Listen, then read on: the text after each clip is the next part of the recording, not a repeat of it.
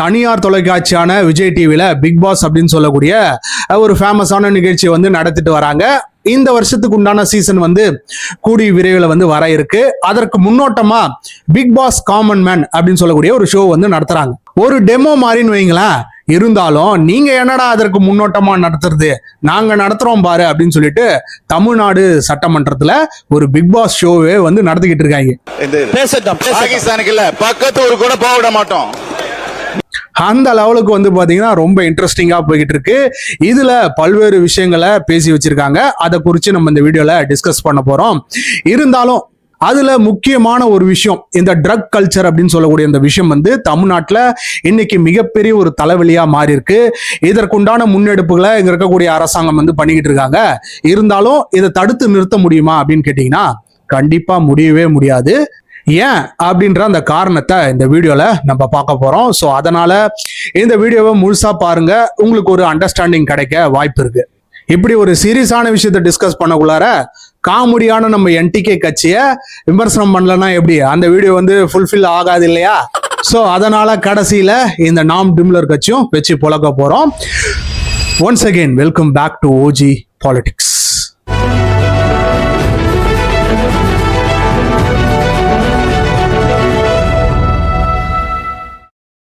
கடந்த ஆட்சிகள்ல இந்த தமிழ்நாடு சட்டப்பேரவையில நடக்கக்கூடிய அந்த விஷயங்கள்ல கட் பண்ணி தான் வந்து காமிச்சுக்கிட்டு இருந்தாங்க. லைவா வந்து பாத்தீங்கன்னா காட்டவே இல்லைன்னு வைங்களேன். அவங்க என்னதான் கட் பண்ணி காட்டினாலும் அதெல்லாம் அங்க இருக்கக்கூடியவங்க எல்லாம் பெருசா வந்து கண்டுக்கிறது கிடையாது. ஏதாவது ரொம்ப இம்பார்ட்டன்டான ஒரு விஷயம் பேசினா மட்டும் அதை பேப்பர்ல வந்து பார்ப்பாங்க. சோசியல் மீடியாலாம் அந்த அளவுக்கு யாருக்கும் தெரியாது. ஆனா இன்னைக்கு அங்க நடக்கக்கூடிய ஒவ்வொரு நிமிஷத்துக்கு உண்டான அந்த விஷயங்களையும் ஒவ்வொரு நிகழ்வுகளையும் புட்டு எடுத்து வச்சு எல்லாரும் பேசிக்கிட்டு இருக்காங்க. சோசியல் மீடியாலாம் வைரலா போய்கிட்டு இருக்கு. மெயின் ஸ்ட்ரீம் மீடியால முக்கியமான டாபிக்கே இந்த தமிழ்நாடு அசம்பிளியில நடக்கக்கூடிய அந்த விஷயங்கள் தான். அந்த அளவுக்கு இன்னைக்கு தமிழ்நாடோட பாலிடிக்ஸ் வந்து மாறி இருக்கு. இதற்கு உண்மையாலுமே யாருக்கு நன்றி சொல்லணும்னா இந்த டிவிக்கு அரசாங்கத்துக்கு தான். ஏன்னா அவங்க தான் இந்த விஷயத்த முன்னெடுத்து இருந்தாங்க.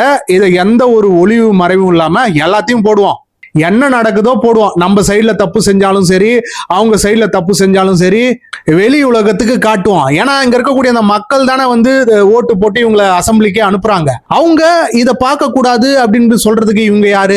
அவங்களுக்கு பார்த்தா தானே உண்மையில் நிலவரம் தெரிய வரும். யாரு உண்மையாலுமே அந்த அஜெண்டாவோட பேசுறா, ஒவ்வொருத்தவங்க பின்னாடியும் ஒளிஞ்சிருக்கக்கூடிய அந்த விஷயங்கள் என்ன, யாரு எப்படி நாகரிகமா நடந்துக்கிறா, யார் இம்பார்ட்டன்டான விஷயங்களை வந்து இங்க எடுத்து வச்சு இந்த தமிழ் மக்களுக்கு தேவையான விஷயங்களை பேசுறா அப்படின்ற எல்லா விஷயமும் தெரிய வரும். அதை தான் இங்க டிவிக்கு அரசாங்கம் வந்து பண்ணியிருக்காங்க. அப்படியே எல்லாத்தையும் எடுத்து லைவ்ல வந்து போட்டிருக்காங்க. இப்பதான் சில பேருடைய லட்சணம் வந்து நமக்கு வந்து தெரிய வருது. அதான் நம்மளுடைய உதவாநிதி, இந்த சின்ன தத்தி இருக்காரு இல்லையா, இவர் என்ன பண்ணியிருக்காரு, முதலமைச்சர் விஜய் அவர்கள் இங்க வராங்க. முதலமைச்சர் விஜய் யாரு? மக்களால் எலெக்ட் செய்யப்பட்ட ஒரு சிஎம். அவர் 30 வருஷம் படம் நடிச்சிட்டாங்க அப்படின்றதுக்காக அப்படியே ஸ்ட்ரெயிட்டாவா வந்து இங்க வந்து உட்காந்துட்டாரு. எலெக்ஷன்ல கண்டெஸ்ட் பண்றாரு, மக்கள் வந்து ஓட்டு போட்டு பெரும்பான்மையா ஜெயிக்க வைக்கிறாங்க. அதன் மூலியமா தானே சிஎம்மா வராரு. அந்த சிஎம் போஸ்டுக்கு யாரு வந்தாலும் அவங்களுக்கு வந்து மதிப்பு தர வேண்டியதுன்றது ஒரு மேண்டேட்டரியான ஒரு விஷயம், ஒரு கடமைன்னே சொல்லலாம். ஆனா இந்த உதயநிதி வந்து பாத்தீங்கன்னா அதெல்லாம் பண்ண மாட்டாராம். அவர் வரக்குள்ளார வணக்கம் வைக்கக்குள்ளார உட்காந்துக்கிட்டு இருக்காராம் தெனாவட்டா.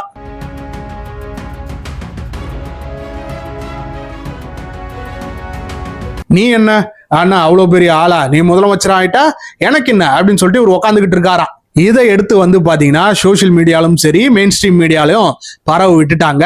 இதெல்லாம் போன ஆட்சியில நடந்திருந்துன்னு வைங்களேன், வெளியே வந்திருக்காது, அப்படியே மூடி மறைச்சிருப்பாங்க. ஆனா அந்த ஒரு விஷயத்த இன்னைக்கு வெளியே எடுத்து விட போக எல்லாரும் போட்டு இந்த உதயநிதியை வந்து பொழந்துகிட்டு இருக்காங்க. இவ்வளவுதானே, இதுதானே பண்பு. The respect is not for Mr. Vijay. The respect is for the honorable chief minister of Tamil Nadu. அவர் விஜய் வந்து வணக்கம் வைக்கிறாரு. அது இப்போ அப்படி உட்கார்ந்துகிட்டு இருந்தீங்கன்னா இது ஆபாசமான நடத்தையாக உங்களுக்கு தெரியவில்லையா? இந்த ஆபாசத்தை நாம் பார்த்துவிடக் கூடாது என்பதற்காகத்தான் நேரலை வேண்டாம் என்கிறார்கள். ஏற்கனவே உன் மேல வந்து எக்கச்சக்க கம்ப்ளைண்ட், கிரைம் ரேட் எல்லாம் இன்க்ரீஸ் ஆயிட்டு போகுது. கொஞ்சமாச்சும் அதை வந்து நீ காப்பாத்தோன்னு பார்த்தா உனக்கு காலாங்காத்தால சோறு போட்டு அமிச்சதுக்கு உன்னால என்ன பண்ண முடியுமோ அதை பண்ணிட்ட அப்படின்ட்டு MK ஸ்டாலின் அவர்கள் இவர் வீட்டுக்கு போன பிறகு சட்டையை பிடிச்சி கேட்பாரு போல. அந்த மாதிரியான தேவையில்லாத விஷயங்களை வந்து பண்ணிக்கிட்டு இருக்காரு. ஏமா மொக்க பண்றாருமா அவங்க? அவரு லைவ் ஓடிட்டு இருக்கின்றது அவருக்கு தெரியாது. காலங்காத்தால உனக்கு குறவழி வரைக்கும் சோத்த போட்டு வண்டியில ஏத்திட்டு வந்ததுக்கு உன்னால என்ன பண்ண முடியுமா பண்ணிட்டேன். இதனால ஒரு யூஸும் ஆக போறது கிடையாது. இவர் மதிக்காதனால எந்த ஒரு புண்ணாக்கும் இங்க வந்து ஆக போறது கிடையாது. இதை எடுத்து வச்சு எல்லாரும் பொழந்துகிட்டு இருக்காங்க.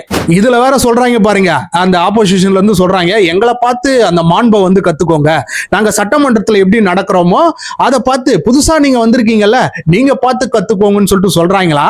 அங்க அமைச்சர் ரமேஷ் வந்து ஏஞ்சி ஒரே போடா போட்டாரு. யோ, இங்க எலக்ட் செய்யப்பட்ட முதலமைச்சரா இருக்கக்கூடிய விஜய் அவர்கள் வந்து வராங்க, அவங்க வரக்குள்ளார ஏஞ்சி நின்னு ஒரு மரியாதை செலுத்தணும். அவரும் நின்னு தானே வணக்கம் சொல்றாரு. முதலமைச்சர் விஜய் அவர்களும் அவரும் நான் உட்காந்துட்டா வணக்கம் சொல்றாரு. சோ அப்படி வரக்குள்ளார ஏஞ்சி மரியாதை பண்றதுக்கு என்ன ஆயிட போகுது உனக்கு? அந்த ஒரு பேசிக்ஸ் கூட தெரியாம எதிர்கட்சியில வந்து உட்காந்துக்கிட்டு இருக்கீங்க. முதல்ல வந்து நீங்க அவருக்கு சொல்லி கொடுங்கய்யா, பக்கத்துல உட்காந்துருக்காரு பாரு, அவருக்கு முதல்ல அந்த விஷயத்த வந்து சொல்லு, அப்புறமேட்டா இங்க வந்து நோட்டலாம் அப்படின்னு சொல்லிட்டு ஒரே போடா போட்டுட்டாரு. அதான் இந்த ஒரு டைலாக் வரும் இல்லையா போக்கிரி படத்துல, சார் அது கண்ணாடி சார். 8 கோடி மக்களின் பிரதிநிதியாக இருக்கக்கூடிய மாண்புமிகு முதலமைச்சர் அவர்கள் அவைக்குள்ளே வரும் பொழுது அமர்ந்திருக்கக்கூடிய எதிர்க்கட்சி தலைவருக்கு அந்த கண்ணியத்தை சொல்லிக் கொடுத்து 8 கோடி மக்களின் முதலமைச்சருக்கு அந்த மரியாதையை தர வேண்டும் என்ற கண்ணியத்தை சொல்லித்தர வேண்டும் என்பதை பேரவைத் தலைவர் வாயிலாக தெரிவித்துக் கொள்கிறேன். அப்புறம் எதிர்கட்சியில இருக்கக்கூடிய நம்மளுடைய ஏவா வேலு, இவர் வந்து பாத்தீங்கன்னா சட்டமன்றம் ஒரு 6 மணி நேரம் நடக்குதுன்னு வைங்களேன், 3 மணி நேரத்துல இவரே வந்து சாப்பிட்டுறாரு. சரி, அந்த 3 மணி நேரத்துல இம்பார்ட்டன்டான விஷயங்களை பேசுறாரான்னு பாத்தீங்கன்னா அதை பத்திலாம் டிஸ்கஸ் பண்ணாம என்னென்னத்தையோ பேசி வச்சுக்கிட்டு இருக்காரு. பேரை மாத்திட்டாங்களாம். போன டிஎம்கே ஆட்சியில கலைஞர் அவர்களுடைய பேர் தான் வந்து இந்த திட்டங்களுக்கு எல்லாம் வந்து வச்சிருந்திருப்பாங்க. அதை வந்து பாத்தீங்கன்னா இப்ப இருக்கக்கூடிய இந்த டிவிகே அரசாங்கம் மாத்திட்டாங்களா. அது என்னமோ பெரிய கம்ப்ளைண்ட் மாதிரி அதுன்னு ஆத்திக்கிட்டு இருக்காரு. இந்த சைடு டிவிகேல இருந்து அமைச்சர் ராஜ்போகன் ஏஞ்சி கலைஞர் அவர்கள் ஜெயலலிதா அவங்க வந்து என்ன மாதிரியான திட்டங்கள்லாம் கொண்டு வந்தாங்களோ அதெல்லாம் எப்படி வந்து பெயர் மாத்திருக்காங்க. ஸோ நாங்களும் அந்த மாதிரி தான் மாத்திருக்கோம். சொல்ல போகணும்னா நாங்கள் அந்த மாதிரி ஒரு விஷயத்தையே பண்ணல. காமராஜர் அவர்களுடைய பேரை தான் வந்து இந்த உணவு திட்டத்துக்கு வந்து வச்சிருக்கோம். எங்களுடைய கட்சி ஆட்களுடைய பேரை வந்து வைக்கலையே, அப்புறம் நீங்க கதறிட்டு இருக்கீங்க அப்படின்னு சொல்லிட்டு வச்சு செஞ்சுட்டாரு. நான் வரலாற்றை சுட்டிக்காட்ட ஆசைப்படுறேன். 96ஆம் ஆண்டுக்கு பிறகு முத்தமிழறிஞர் கலைஞர் அவர்களினுடைய ஆட்சி அமைந்த பிறகு இது அவர் பேசியது. ஒரு பெயர் மாற்றத்தை அவர் செய்தார். இது அவருடைய வார்த்தைகள். திரைப்பட நகர் ஜே சினி சிட்டி ஒன்று ஆரம்பிக்கப்பட்டது பற்றி உங்களுக்கெல்லாம் தெரியும். கலைஞர் சொல்றார், இதன் பெயரை நாங்கள் ஆட்சி பொறுப்புக்கு வந்த பிறகு பொருத்தமான பெயராக இருக்கும் என்று ஜே சினி சிட்டி எம்ஜிஆர் திரைப்பட நகராக நான் மாற்றுகிறேன். கலைஞரே அறிவித்திருக்கிறார். பெயர் மாற்றம் என்பது காலங்காலமாக நடப்பது. அது மட்டுமல்ல, அம்மா பசுமை வீடு கலைஞர் கனவு இல்லமாக மாறுகிறது. அம்மா மருந்தகம் முதல்வர் மருந்தகமாக மாறி இருக்கிறது. அம்மா மினி கிளினிக் முதல்வர் கிளினிக்காக மாறி இருக்கிறது. ஆனா இங்க நான் 10 இடத்திற்கு போயாவது செல்வம் சேர்த்து வருவேன், நீ படிக்கின்ற வேலையை மட்டும் பாரு என்று தமிழ்நாட்டின் கல்வி கண்ணை திறந்தவர் கொள்கை தலைவர் கர்ம வீரர் காமராசர் அவர்களின் பெயர் தான். நான் சொல்வேன், இந்த திட்டத்திற்கு காமராசர் பெயரை விட பொருத்தமான பேர் உலகத்திலேயே கிடையாது என்பதை உறுப்பினர். இதுலயுமே இந்த ஏவாவேலு அவர்கள் வந்து ஒரு விஷயத்த சொன்னார் பாருங்க, அப்பா ஆள விடுறா சாமின்ற மாதிரி ஆயிடுச்சு. என்ன சொல்றாரு, அங்க இருக்கக்கூடிய அந்த டேபிள்ஸ், சேரு, மைக்கு எல்லாமே வந்து பாத்தீங்கன்னா கலைஞர் அவர்கள் வந்து வாங்கி தந்துதான். அவருடைய முன்னெடுப்புனாலதான் இந்த விஷயங்கள்லாம் வந்துச்சான். எங்க ஊர்ல ஒரு பழமொழி உண்டு, அண்டவுட்டிலேயே பொண்டாட்டி கைய அப்படின்னு ஒரு பழமொழி உண்டு. பக்கத்து வீட்டு நெய் ஆனா ஏமான் சம்சாரத்து மூலமா போட்டாதான் இனிக்கும் சுவைக்கும் என்று சொல்லுகிற ஒரு பழமொழி உண்டு. அப்படி 1960-70 வந்து வாழ்ந்துகிட்டு இருக்கீங்க. நீங்க சொல்லக்கூடிய அந்த கதையெல்லாம் நம்புறதுக்கு 2026க்கு வாங்கய்யா. இதெல்லாம் வந்து மக்களுடைய வரி பணம், அதுல இருந்து எடுத்துதான் செலவு பண்ண முடியும் அப்படின்றது இங்க இருக்கக்கூடிய எல்லாருக்குமே தெரியுமே. அதெல்லாம் ஒரு பாயிண்டா எடுத்து வைப்பாங்க. இவங்க எதிர் சைடுல வந்து பாத்தீங்கன்னா அமைச்சர் ராஜ்மோகன் மாதிரியான ஆட்கள் கிடையாது. 10 வயசு பையன் கூட இருந்தாலே போதும் போல அசால்ட்டா சம்பவம் செஞ்சுட்டு போயிடுவான் போல. அந்த மாதிரியான விஷயங்கள்லாம் எடுத்து வச்சு பேசிக்கிட்டு இருக்காங்க. அங்க அதே தான் அமைச்சர் ராஜ்மோகன் அவர்களும் பண்ணியிருந்தாங்க. சார், இது உங்களுடைய டிஎம்கே கஜானால இருந்து எடுக்கக்கூடிய அந்த பணம் கிடையாது, மக்களுடைய வரி பணம். அதுல இருந்து தான் எடுத்து செலவு பண்ணியிருக்காங்க. அதனால கொஞ்சம் தயவுசெய்து உட்காருங்க சார். நீங்க வேற அந்த டேபிள் செஞ்சது நாங்க தான், மைக்கு செஞ்சது நாங்க தான், சேர் செஞ்சது நாங்க தான். இது மக்கள் வரி பணத்தில் செய்யப்பட்டது தமிழ்நாடு அரசால் என்பதை சுட்டிக்காட்டுகிறேன்.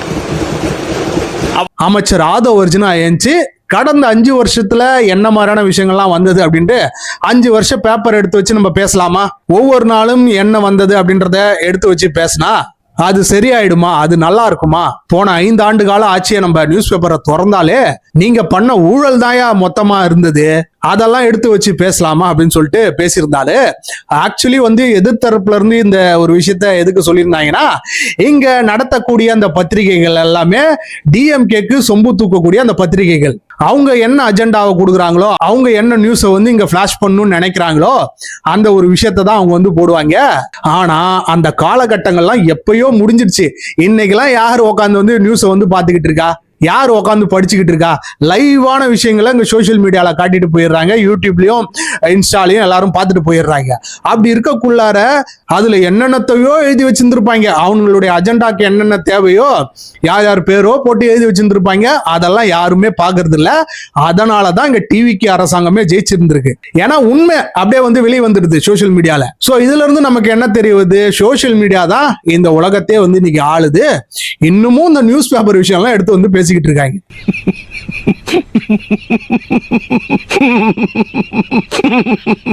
ஆதவ் அர்ஜுன் அவர்கள் என்ன சொல்றாங்கன்னா, கடந்த ஆட்சியில போனப்பட்ட டெண்டர்கள் எல்லாத்தையும் நாங்க கேன்சல் பண்ணிட்டு ரீடெண்டருக்கு வந்து விட்டோம். அப்போ ஒரு விஷயம் தெரிய வருது, 20% இருந்து 36% வரைக்கும் அந்த டெண்டருடைய வேல்யூ வந்து குறைஞ்சிருக்கு. இதனால கவர்மெண்ட்டுக்கு வந்து நஷ்டமாவது குறைக்கப்பட்டிருக்கு, அரசுடைய கஜானாவும் கணிசமா ஏறுது அப்படின்னு சொல்லிட்டு 20 ப்ராஜெக்ட் மேல ரீடெண்டர் விட்டோம். அதோடைய பாசிட்டிவ் ரியாக்ஷன் என்ன, முதலமைச்சர் சொன்ன மாதிரி ஹை வேல்யூ போட்டாங்க அப்படின்னு சொன்னது உண்மை. சுமார் 20% இருந்து 36% வேல்யூ கம்மியா இன்னைக்கு டெண்டர் வந்து கொண்டிருக்கு. அதை இந்த மாமன்றத்தில் தாக்கல் செய்ய நாங்க ரெடியா இருக்கிறோம். வச்சு செஞ்சிருந்தாரு. அதான் போன ஆட்சியில வந்து வாங்கிட்டு இருந்தாங்க இல்லையா, எந்த ஒரு தொழில் இங்க வந்து பண்ணணும்னாலுமே லஞ்சமா வந்து கேட்க மாட்டாங்க, பார்ட்டி ஃபண்டா நீங்க வந்து கொடுத்துருங்க. ஒரு உங்களுடைய ப்ராஜெக்ட் வேல்யூ என்ன 1000 கோடியா, அதுல ஒரு 30% எங்க நம்மளுடைய பார்ட்டி ஃபண்டுக்கு வந்து கொடுத்துருங்க, நம்ம கட்சியை வளங்க, உங்களுக்கு தேவைப்படக்கூடிய எல்லா விஷயத்தையும் நாங்க பண்ணித்தரோம் அப்படின்னு சொல்லிட்டு சொல்லுவாங்க. அந்த விஷயத்தை தான் அவர் வந்து எடுத்து வச்சு பேசியிருந்தாரு. இப்படி பல்வேறு விஷயங்களை பேசக்குள்ளார இப்ப நம்ம முக்கியமான விஷயத்துக்கு வருவோம். அதுதான் தமிழ்நாட்டில் இப்ப நடந்துகிட்டு இருக்கக்கூடிய அந்த ட்ரக் கல்ச்சர். இது வந்து இங்க பூதாகரமா போயிட்டு இருக்கு. இதனால கொலை வரைக்கும் போயிருக்குன்னா பாருங்களேன். கோவை மாவட்டத்துல அமுதன் அப்படின்னு சொல்லக்கூடிய ஒரு காலேஜ் படிக்கக்கூடிய ஒரு இளைஞரை வந்து கொண்டு இருக்காங்க. அதே மாதிரி திருவெற்றியூர்ல தனுஷ்குமார் அப்படின்னு சொல்லக்கூடிய ஒரு 12ஆம் வகுப்பு படிக்கக்கூடிய அந்த மாணவருமே இந்த ட்ரக் பிரச்சனையால வந்து கொண்டு இருக்காங்க. என்னதான் அங்க இருக்கக்கூடிய ஆளும் கட்சி வந்து அந்த மாதிரியான விஷயங்கள்லாம் அதுல கிடையாது அப்படின்னு சொன்னாலுமே அதுல ஒளிஞ்சிருக்கக்கூடிய அந்த விஷயம் என்னன்னு பாத்தீங்கன்னா ட்ரக் தான். அது அப்சல்யூட்டா இன்னைக்கு வந்து தெரிஞ்சிருக்கு. போதைப் பொருட்களை ஒழிக்க நாங்கள் எங்களுடைய தலைவர், எங்களுடைய முதலமைச்சர் சரியான நடவடிக்கை எடுக்கவில்லை என்ற ஒரு கருத்து இங்கே வைக்கப்படுகிறது. அது தொடர்பாக சில கருத்துக்களை இங்கே நான் கூற விரும்புகின்றேன். நல்லா தான் ஆரம்பிச்சானுங்களா, ரைட்டான கொஸ்டின் தான் வந்து கேட்டிருந்தாங்க. ஏன்னா இங்க 2 மாணவர்கள் வந்து இறந்திருக்காங்க. அது உண்மையாலுமே இம்பார்ட்டன்டான ஒரு விஷயம் தான். அதை எடுத்து வச்சு பேசுறதுல எந்த தப்பும் கிடையாது. அப்படியே போயிருக்க வேண்டியது தானே. தேவையில்லாம அமைச்சர் ரமேஷை இழுக்க போக சரியான மரணடி வாங்கியிருக்காங்க. அதான் ஐபிஎல் மேட்ச் அப்ப ஒரு காடை வச்சுக்கிட்டு பவுடரை வச்சுட்டு என்னமோ பண்ணிக்கிட்டு இருந்தாரு அந்த டிவிக்கில இருக்கக்கூடிய அமைச்சர். அது அந்த உலகம் ஃபுல்லா பார்த்துச்சு. அதற்கு என்ன பதில்? இவங்க அரசாங்கத்திலே இந்த மாதிரியான ஆட்கள்லாம் வச்சிருக்காங்க அப்படின்னு சொல்லிட்டு யாரு பேசுறா பாருங்க. ஜாஃபர் சாதிக்னு சொல்லக்கூடிய ஒரு இன்டர்நேஷனல் ட்ரக் மாஃபியா லீடர். அவர் வந்து இவங்க கட்சியில இருக்கக்கூடிய இம்பார்ட்டன்டான ஆட்களுடைய போட்டோ எடுத்தது மட்டும் இல்லாம இவருடையும் சரி, முதலமைச்சரா இருந்த இவங்க அப்பாவோடையும் சரி போட்டோ எல்லாம் எடுத்திருந்தாரு. அவங்க தான் வந்து பேசிக்கிட்டு இருக்காங்க. இன்னொரு வீடியோ ஒன்று இருக்கு, அது எல்லாருமே பார்த்தாங்க. ஒட்டுமொத்த இந்தியாவே பார்த்துச்சு, உலகம் முழுக்க பார்த்தாங்க. இருக்கக்கூடிய அமைச்சர் ஒருத்தர் போதைப் பொருள் வந்து பவுடராக நுணுக்கி அதை என்ன பண்ணாருங்கிறத விளக்கம் கொடுத்துட்டார். போதும், அது விளக்கம் கொடுத்துட்டார், முடிஞ்சு போச்சு. அதை பற்றி பேச வேணாம். உடனே நம்மளுடைய அமைச்சர் ரமேஷ் வந்து ஒரு விஷயத்த சொன்னார் பாருங்க. சரி, அப்படி ட்ரக்கை வந்து நான் பயன்படுத்தி இருந்தேன்னே வைங்களா. இந்த ஒரு விஷயம் எப்ப நடந்தது? டிஎம்கே ஆட்சியில தானே நடந்தது. டிஎம்கே ஆட்சியில இருந்தப்ப தானே அந்த ஐபிஎல் மேட்ச் வந்து நடந்தது. அப்ப ஸ்டேடியத்துக்கு வெளியில நீங்க என்ன கஞ்சா பொட்டலம் வித்துட்டு இருந்தீங்களா? உங்க ஆட்கள் தான் வந்து வித்துக்கிட்டு இருந்தாங்களா? அதை வந்து கண்டுக்காம உங்க அரசாங்கம் வந்து இருந்ததா? அப்ப அதற்கு இன்டைரக்டா நீங்க தானே ஒரு காரணம் அப்படின்னு சொல்லிட்டு போட்டு பொளந்துட்டாரு. அதாவது ஸ்டேடியம்ல இருந்து இந்த மாதிரி நடந்ததுக்கான விளக்கத்தை ஆல்ரெடி அளித்தாச்சு. அதுல அவங்களுக்கு பல்வேறு முரண்பாடுகள் இருக்கலாம், பல்வேறு கருத்துக்கள் இருக்கலாம். அப்படி இவங்க சொல்றாங்கன்னா அந்த சமயத்துல திராவிட முன்னேற்ற கழகத்தின் ஆட்சி தான் நடந்தது. அப்போ ஸ்டேடியம் வாசல்ல இருந்து இவங்கெல்லாம் வந்து அந்த மாதிரியான போதைப் பொருள் வித்தாங்கன்னு சொல்லி ஒத்துக்கிறாங்களா? அப்போ அதனால ஆதாரம் இல்லாமல் விளக்கம் கொடுத்ததுக்கு அப்புறமோ தேவையில்லாத பேச எனக்கு கூட தான் வந்து ஒரு சரியான நோக்கத்துக்காக அந்த ஸ்பீச் வந்து ஆரம்பிக்கப்பட்டது. ஆனா தேவையில்லாம இவர் இழுக்க போக சிடி நிர்மல்குமார் ஆகட்டும் சரி, அமைச்சர் ரமேஷ் ஆகட்டும் சரி, அமைச்சர் சரத் ஆகட்டும் சரி வச்சு செஞ்சுட்டாங்க. அந்த ஒரு விஷயத்தை டைலூட் பண்ணக்கூடிய அந்த நிலைக்கு வந்து கொண்டு வந்துட்டாங்க. ரெண்டு பேருமே கத்திக்கிறாங்க. இப்பவே கண்ணை கட்டுது. மாத்தி மாத்தி வந்து பாத்தீங்கன்னா பயங்கரமா சத்தம் போட்டுக்கிட்டு இருந்தாங்க. ஆனா ஒரு காமன் மேனா நம்ம வந்து இந்த விஷயத்தை அனலைஸ் பண்ணக்குள்ளார ஒரு விஷயம் வந்து நமக்கு தெரிய வருது. இந்த ட்ரக் கல்ச்சரை வந்து இங்க தமிழ்நாட்டுல இங்க ஆளக்கூடிய டிவிகே அரசாங்கம் சரி, திரும்பி டிவிகே அரசாங்கம் வந்தாலும் சரி, இல்ல சிஎம்மா இன்னொருத்தர் வேற யாரோ வந்தாலும் சரி ஒழிக்கவே முடியாது. அதற்கு எந்த ஒரு சான்ஸுமே கிடையாதுன்னு வைங்களேன். ஏன்னா இந்த ஒரு விஷயம்ன்றது பாத்தீங்கன்னா இன்டர்நேஷனல் ட்ரக் மாஃபியாவோட கலந்திருக்கு. அவங்களோட இங்க இருக்கக்கூடியவங்கலாம் அசோசியேட் ஆயிருக்காங்க. ஸோ இதற்கு பின்னாடி ஒரு மிகப்பெரிய அரசியல் இருக்கு, இதற்கு பின்னாடி மிகப்பெரிய ஒரு காற்றல் இருக்கு. இதெல்லாம் வந்து இந்த சட்ட திட்டங்களை வச்செல்லாம் தடுக்கவே முடியாது. இந்த ஃபோர்ஸ், இந்த ஃபண்டிங்கை வச்செல்லாம் ஒண்ணுமே பண்ண முடியாது. ஒரு அப்சல்யூட்டான பவரை வந்து இங்க ஆன்டி ட்ரக் நார்காட்டிக்ஸ் வந்து கொடுக்கணும். ஒரு கடுமையான லாவை வந்து இங்க வந்து கொண்டு வரணும். எவன் தப்பு பண்ணாலும் சரி, அவன் வந்து இந்த எம்எல்ஏ கூட லிங்க்ல இருக்கான், இந்த அமைச்சரோட லிங்க்ல இருக்கான், இந்த அதிகாரி வந்து அவருக்கு பின்னாடி இருக்காரு அப்படின்னு பார்க்காம எல்லாரையும் உள்ள வச்சு லாடம் கட்டணும். இப்ப எப்படி வந்து இந்த என்ஐஏ இருக்கு, இப்ப சமீபத்துல கூட ஒரு 250 பேர் மேல வந்து அரெஸ்ட் பண்ணியிருந்தாங்களே. எந்த ஒரு விஷயத்திலும் காம்ப்ரமைஸே கிடையாது. நீ எவனா இரு, எந்த மதத்தை சார்ந்தவனா இரு, எவன் கூட வேணா லிங்க்ல இரு, அவங்க உன்னை தூக்கிட்டாங்கன்னா நீ இனிமேட்டு வாழணுமா சாவணுமா அப்படின்றத அவங்க தான் முடிவு பண்ணுவாங்க. அந்த லெவலுக்கான ஒரு பவரை வந்து இங்க கொடுத்தாதான் இதை வந்து கண்டிப்பா கண்ட்ரோல் பண்ண முடியும். ஏன்னா நீங்க வந்து பாத்தீங்கன்னா இந்த கஞ்சா அப்படின்னு சொல்லக்கூடியதெல்லாம் இங்க வந்து வளைய வச்சுக்கலாம், அதை வந்து இங்க மேக் பண்ணிடலாம். இந்த மெட்லபடைன், பிரவுன் சுகர், இந்த கொக்கைன் இதெல்லாம் எப்படி இங்க வந்து மேனுஃபேக்சர் பண்ண முடியும்? இதெல்லாம் இங்க மேனுஃபேக்சர் பண்றதே கிடையாது. இது மெக்சிகோல இருந்து வருது, சவுத் அமெரிக்கால இருந்து பாத்தீங்கன்னா இங்க வந்து ஊடுருவி வருது. ஏதோ ஒரு வகையில கப்பல் மூலியமாவோ இல்ல வான் வழியாவோ எப்படியோ வந்து இங்க வந்து சேருது. அதை கண்டுபிடிச்சு அதை தடுக்கணும். மியான்மர்ல இருந்து பங்களாதேஷ் வழியா எங்க சவுத் இந்தியாவுக்கு இந்த ட்ரக்ஸ் எல்லாம் வந்து கடத்திட்டு வராங்க. அதை எப்படியாவது மத்திய அரசாங்கத்தோட சேர்ந்து அதை தடுக்கக்கூடிய அந்த வேலைகளை வந்து இங்க வந்து கொண்டு வரணும். குறிப்பா இதற்கு வந்து பாத்தீங்கன்னா ஃபண்டிங்கை வந்து ஒதுக்கணும். என்னதான் சொசைட்டிக்கு நல்ல ஒரு விஷயமா இருந்தாலும் பணம் கொடுக்காம எந்த ஒரு விஷயமும் இங்க நடக்காது. இப்ப ஒரு எக்ஸாம்பிள் சொல்றேன்னு வைங்களேன். இங்க ஒரு போலீஸ் வந்து ஏதோ ஒரு இடத்துக்கு வந்து என்கொயரி போறாரு, ஒரு இன்வெஸ்டிகேஷன் ஆபீசரா இருக்காருன்னு வைங்களேன். அவர்கிட்ட அங்க எவன் வந்து மாட்டினானா என்னதான் அடிச்சாலும் சொல்லவே மாட்டான். ஆனா கொஞ்சம் பணத்தை அங்க தூக்கி போட்டான்னு வைங்களேன், எல்லா விஷயத்தையும் கக்கிடுவான். சோ இந்த மாதிரியான விஷயங்களுக்கு எல்லாம் இன்வெஸ்டிகேஷன் பண்றதுக்கெல்லாம் பணங்கள்லாம் இங்க வந்து பயங்கரமா தேவைப்படும். அதற்கு ஒரு மேசிவான ஃபண்டை வந்து இந்த கவர்மெண்ட் வந்து ஒதுக்கணும். எப்படி அமெரிக்கா மாதிரியான ஒரு கண்ட்ரிலாம் பயங்கரமான லாஸ் எல்லாம் வந்து மேக் பண்ணிக்கிட்டு இருக்காங்களோ விடவே மாட்டாங்க. கடந்த பிப்ரவரி 22, 2026 அன்னைக்கு ஒரு விஷயம் வந்து நடந்தது. அது என்னன்னா, மெக்சிகோட மிகப்பெரிய ஒரு ட்ரக் கார்ட்டலான ஜலஸ்கோ நியூ ஜெனரேஷன் கார்ட்டலை வச்சிருக்கக்கூடிய தலைவரான எல் மேன்சோ அப்படின்னு சொல்லக்கூடிய ஒரு மிகப்பெரிய ட்ரக்லாட அமெரிக்க அரசாங்கம் வந்து தட்டி தூக்கியிருந்தாங்க. மெக்சிகோக்குள்ளே போயிட்டு அவங்களுடைய ஹெலிகாப்டர்ஸ், அவங்களுடைய வெப்பன் எல்லாம் பயன்படுத்தி அவனை பார்த்தீங்கன்னா கொண்டு இருந்தாங்க. அது ஒரு மிகப்பெரிய நியூஸா வந்திருந்தது. அந்த லெவலுக்கான ஒரு இன்டெலிஜென்ஸை, அந்த லெவலுக்கான ஒரு ஃபோர்ஸை வந்து இங்க தமிழ்நாடு அரசும் சரி, மற்ற மாநிலங்களுமே சரி, இது தமிழ்நாட்டுக்கு உண்டான பிரச்சனை மட்டும் கிடையாது, எல்லா மாநிலத்திலுமே இந்த ட்ரக் அப்படின்னு சொல்லக்கூடிய அந்த விஷயம் தலை விரிச்சு ஆடுது. அதை ஒழிச்சு கட்டணும்னா இந்த மாதிரியான அன்காம்ப்ரமைஸான அந்த டிசிஷன்ஸ்லாம் எடுத்தால்தான் அது ஒழியுமே தவிர இங்க இவங்க வச்சிருக்கக்கூடிய அந்த சட்டங்களை வச்சும் போலீஸுக்கு அந்த லெவலுக்கு எந்த ஒரு பவரும் கொடுக்காத அந்த விஷயங்களை வச்சு ஒண்ணுமே பண்ண முடியாது. அதற்கு எக்ஸாம்பிள் சொல்ல போனா ஸ்ரீகாந்த் சொல்லக்கூடிய ஒரு நடிகர், அவரே வந்து ஒத்துக்கிறாரு, ஆமா நான் ட்ரக் பயன்படுத்திட்டேன் தான், ஏதோ மன உளைச்சல்னால பயன்படுத்திட்டேன், என்ன தயவுசெய்து மன்னிச்சு விட்டுருங்க அப்படின்னு சொன்னோடனே அவரை மன்னிச்சு விட்டுட்டாங்க. ஏன்னா அவர் தான் பெரிய ஆக்டர் இல்லையா. அந்த கேஸ்ல என்ன மாதிரியான விசாரணை போய்கிட்டு இருக்கு, அதுல யார் யாரெல்லாம் ஈடுபட்டு இருக்காங்க அப்படின்ற எந்த ஒரு விஷயமும் வெளியே வரல. இந்த மாதிரி மறைச்சு இந்த விஷயங்கள்லாம் பண்ணிக்கிட்டு இருந்தா எப்படி அந்த நாலேஜ் வந்து வளரும்? இந்த ட்ரக்கை வந்து கட் பண்றதுக்கு எஜுகேஷன் அப்படின்ற அந்த ஒரு விஷயமும் தேவைப்படுது. எல்லா கல்லூரியிலுமே சரி, ஸ்கூல்ஸ்லுமே சரி, இதற்குண்டான குழுக்கள்லாம் ஃபார்ம் பண்ணி இதனால எந்த மாதிரியான பிரச்சனைகள்லாம் வருது அப்படின்றத வீடியோ வாயிலா பதிவிட்டு அதற்குண்டான முன்னெடுப்புகள்லாம் நடத்தி எஜுகேட் பண்ணும். அதுதான் இவங்க எடுக்கக்கூடிய அந்த ஃபர்ஸ்ட் ஸ்டெப்.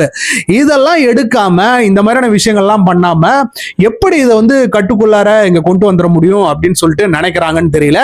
எந்த அரசாங்கம் வந்தாலும் சரி இதே தான் பண்ணிக்கிட்டு இருக்காங்க, இதே தான் சொல்லிக்கிட்டு இருக்காங்க. நாங்க கட்டுப்படுத்திடுவோம், நாங்க சரி பண்றோம் அப்படின்னு பார்த்தாக்கா தொடர்ந்து அந்த மாதிரியான விஷயங்கள்லாம் வளர்ந்துகிட்டே தான் இருக்கு. ஆனா இந்த அரசாங்கத்து மேல நமக்கு வந்து நம்பிக்கை இருக்கு. கண்டிப்பா இதற்குண்டான சொல்யூஷனை வந்து அவங்க கூடிய விரைவில் வந்து கண்டுபிடிப்பாங்க. இந்த மாதிரியான விஷயங்களும் படிப்படியா குறையும் அப்படின்றத நம்ம வந்து நம்புவோம். என்னால முடியலடா. இப்ப இந்த சீரியஸான விஷயத்த பார்க்கக்குள்ளார காமெடியான விஷயத்தையும் பார்க்கலாம். எப்படி இந்த மஞ்சப்பொடி மாமா பையன் அதான் 2 நாளைக்கு முன்னாடி மேடையை போட்டுட்டு பேச போனது மேகமலை பிரச்சனைக்கு. ஆனா டிவிகே கவர்மெண்ட்டை கிழிச்சுக்கிட்டு இருந்தா இவனை போட்டு இன்னைக்கு சோசியல் மீடியால எல்லாரும் பொழந்துகிட்டு இருக்காங்க. நம்ம கூட நேத்து வீடியோல அவனை வச்சு வந்து செஞ்சிருந்தோம். பார்க்கலாம், மறக்காம போயிட்டு பாத்துருங்க. ஆனா இப்ப நம்மளுடைய அக்கா கம்பேக் வந்து கொடுத்துருக்காங்க. மறுபடியும் முதல்ல யாரு? நம்மளுடைய விஜயலட்சுமி அக்கா. இந்த துப்பு உங்களுக்கு தேவையா அப்படின்றத சிந்திச்சுட்டு நீங்க கொஞ்சம் பேசுனீங்கன்னா மதிப்பிற்குரிய, மாண்பிற்குரிய, போற்றுதலுக்குரிய சீமான் அவர்களுடைய முன்னாள் தோழி அவங்க என்ட்ரி கொடுத்துருக்காங்க, வச்சு செஞ்சுக்கிட்டு வராங்க. இங்க இருக்கக்கூடியவங்க எல்லாம் என்ன மாதிரியான விஷயங்களை எடுத்து பேசுவாங்களோ அவங்க ரொம்ப இன்டலெக்சுவலா எல்லா விஷயத்தையும் சோசியல் மீடியால கேட்டுட்டு வராங்க. தமிழன் தான் இங்க ஆளணும்னு சொல்றிய, நீ தானே சொன்ன, சீமான் தானே மேடையை போட்டு கத்திக்கிட்டு இருப்பாரு, தமிழன் தான் ஆளணும், என்னமோ நாங்கெல்லாம் என்னமோ அமெரிக்காக்காரனுக்கு பிறந்த மாதிரி தமிழன் தான் ஆளணும்னு ஏதோ லுச்சாத்தனமா பேசிக்கிட்டு இருப்பாரு.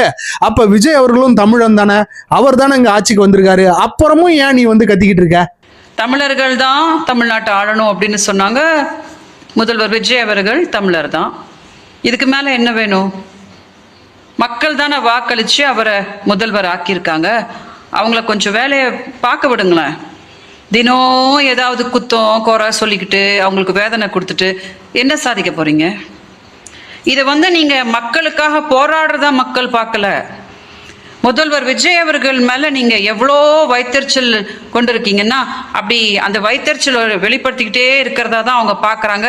அப்படி வயிறு எரிஞ்சு எரிஞ்சு எரிஞ்சு என்னைக்காவது முழுசா எரிஞ்சு போயிடுவீங்களோ?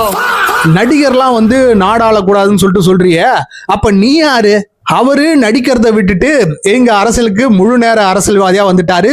இனிமேட்டு நான் நடிக்க மாட்டேன்னு சொல்லிட்டு தெல்ல தெளிவா சொல்லிட்டாரு. ஆனா நீ அந்த நடிகர் வந்து எப்படி நாடாடலாம், நடிகன் கிட்ட போயிட்டு நாட்டை ஆடின கொடுத்துட்டீங்க அப்படின்னு சொல்லிட்டு பேசிட்டு மேடையில பேசிட்டு இறங்கின உடனே ஷூட்டிங் கிளம்பி போயிடுறேன்.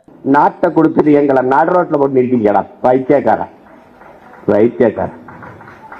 நடிகனுக்கும் தலைவனுக்கும் வித்தியாசம் தருதல கூட்டமே. யார் சார் வரே? இவரு தெரியல. இவரு தெரியலையே. இவர்தான் பிரிட்டிஷ் இளவரசர் சார்லஸ். சிவகார்த்திகேயன் நடிக்கக்கூடிய சியோன் படத்துல வந்து இவர் வந்து நடிக்கிறாரா? சரி, அந்த ஒரு படம் மட்டும் தானான்னு பார்த்தாக்கா இப்ப சாந்தனு நடிக்கக்கூடிய ஒரு கைதியின் டைரி, அதற்குண்டான அந்த மோஷன் ப்ரமோஷன் வந்து வந்திருக்கு. அதுலயுமே வந்து பாத்தீங்கன்னா அண்ணன் வந்து நடிக்கிறாராம். இந்த கொடுமையை போயிட்டு எங்க சொல்றது? நீ மனுஷனே இல்ல தெரியுமா? உண்மையாலுமே இந்த மக்களெல்லாம் வந்து நம்ம பாராட்டி ஆகணும். இவனுங்களை எங்க வைக்கணுமோ, எப்படி இவனுங்களுக்கு வந்து பாடம் போட்டணுமோ அந்த மாதிரி இவனுங்களை வந்து ஒதுக்கி வச்சிருந்திருக்காங்க. புரதத்தில் நிறைந்தது NTK முட்டை. தமிழகம் தவிர இந்தியாவில் வேறு எந்த மாநிலத்திலும் கிடைக்காதது NTK முட்டை. 15 வருடம் முட்டை உற்பத்தியில் அனுபவம் பெற்றது NTK முட்டை.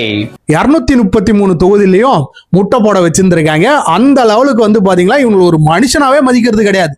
உங்க கால்ல இருக்கிற பந்து ஒரு நாள் எங்கள் கால்களுக்கு வரும்.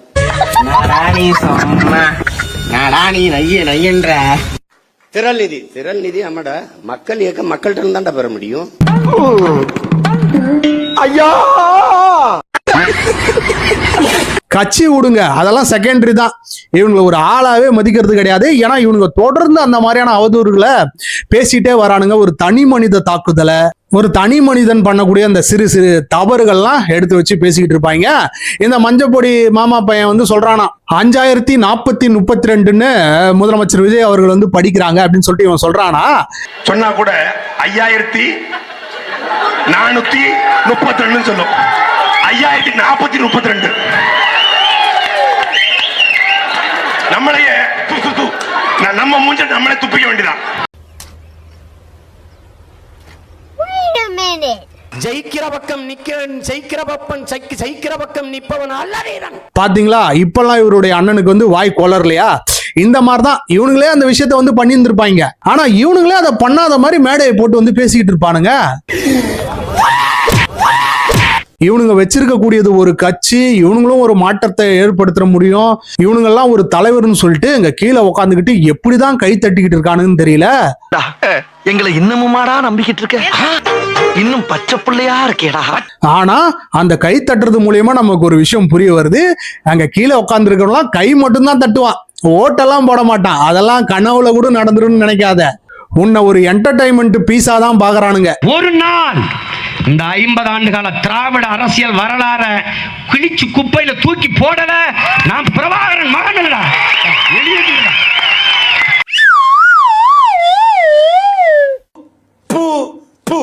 ஏதோ வந்து இந்த லூசு மாதிரி இவனுங்க கத்திக்கிட்டு இருப்பாங்க. நம்மளும் வீட்டுல போர் அடிக்குதுன்னு உட்காந்துக்கிட்டு இருக்கோம். இவனுங்க பேசுறத கேட்போம், ஜாலியா இருக்கும், தமாஷா இருக்கும். 2 அடி அடிச்சு விடு. எப்படி அது திரு சீமான் தனிப்பட்ட நபர் கொடுக்குறாங்க, கொடுத்தானே இருக்கிறாங்க. அது எப்படி இன்னொரு நாட்டுல சாத்தியப்படும் அது எனக்கு தெரியாது. என் பிள்ளைகள் கேட்கறாங்க, நான் கடிதம் கொடுக்குறேன். நீங்க கையெழுத்து கொடுத்து குடியுரிமை பெற்றவர்கள் இருக்கிறாங்கல்ல. அப்போஸ் குளுக்கோஸ் அப்போஸ்ங்க உண்மையிலே கொடுக்குறாங்க. இந்த நாடு மாதிரி கிடையாது தம்பி. ஒரு மனுஷன் போய் பேசலாம், ஆனா ஏக்கர் கணக்கில் எல்லாம் பேசக்கூடாது அப்படின்ற மாதிரிதான் இவங்க பேசக்கூடிய இந்த விஷயங்கள்லாம் பார்த்துட்டு வராங்க.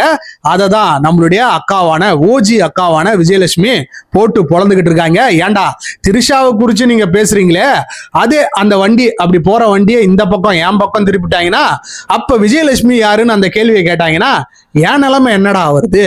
கொஞ்சமாச்சும் உங்களுக்கு அறிவு இருக்கா? சோத்துல உப்பு போட்டு தான் சாப்பிடுறீங்களான்னு சொல்லிட்டு வச்சு செஞ்சிருக்காங்க. சும்மா இருக்கிறத விட்டுட்டு 24 மணி நேரமும் த்ரிஷா த்ரிஷா த்ரிஷான்னு உட்காந்து வம்புக்கு இழுத்துட்டு இருந்தாங்க. அந்த 24 மணி நேரமும் வம்புக்கு இழுத்துட்டு இருக்கும் போது ஒரு நிமிஷமாவது நம்ம எதிரிய 5 அடி அடிக்கும் போது அவன் ஏதாவது 1 அடி அடிச்சுட்டான்னா, நம்ம த்ரிஷா அப்படின்னு சொல்லும் போது அவங்க ஏதாவது விஜயலட்சுமி அப்படின்னு சொல்லிட்டாங்கன்னா என்ன பண்றது அப்படின்னு சிந்திச்சிருக்கணுமா இல்லையா? சிந்திக்கல. ஏன்னா அவங்களுக்கு சிந்திக்க வராது. அசிங்கமா இல்லை, கேவலமா இல்லை? மக்கள் காரி தூ அப்படின்னு துப்ப மாட்டாங்க. ஸோ இது மூலயமா நமக்கு ஒரு விஷயம் புரிய வருது. அக்கா கம்பேக் கொடுத்ததுனால இனிமேட்டு நமக்கு என்டர்டைன்மெண்ட்டுக்கும் சரி கண்டென்ட்டுக்கும் சரி பஞ்சம் இருக்காது. தொடர்ந்து நம்ம இந்த என்டிகே கட்சியை சாரி இந்த நாம் 0 கட்சியை வச்சு செய்வோம் அப்படின்னு சொல்லிக்கொண்டு இந்த வீடியோவை வந்து நம்ம முடிச்சுக்கிறோம். இதே மாதிரியான அரசியல் சார்ந்த வீடியோக்கள்லாம் நம்மளுடைய சேனல்ல வர காத்திருக்கு. மறக்காம நம்மளுடைய சேனலுக்கு உங்களுடைய சப்போர்ட்டை கொடுங்க, சப்ஸ்கிரைப் பண்ணிக்கோங்க. ஒன்ஸ் அகைன் தேங்க்ஸ் ஃபார் வாட்சிங் ஓஜி பாலிடிக்ஸ்.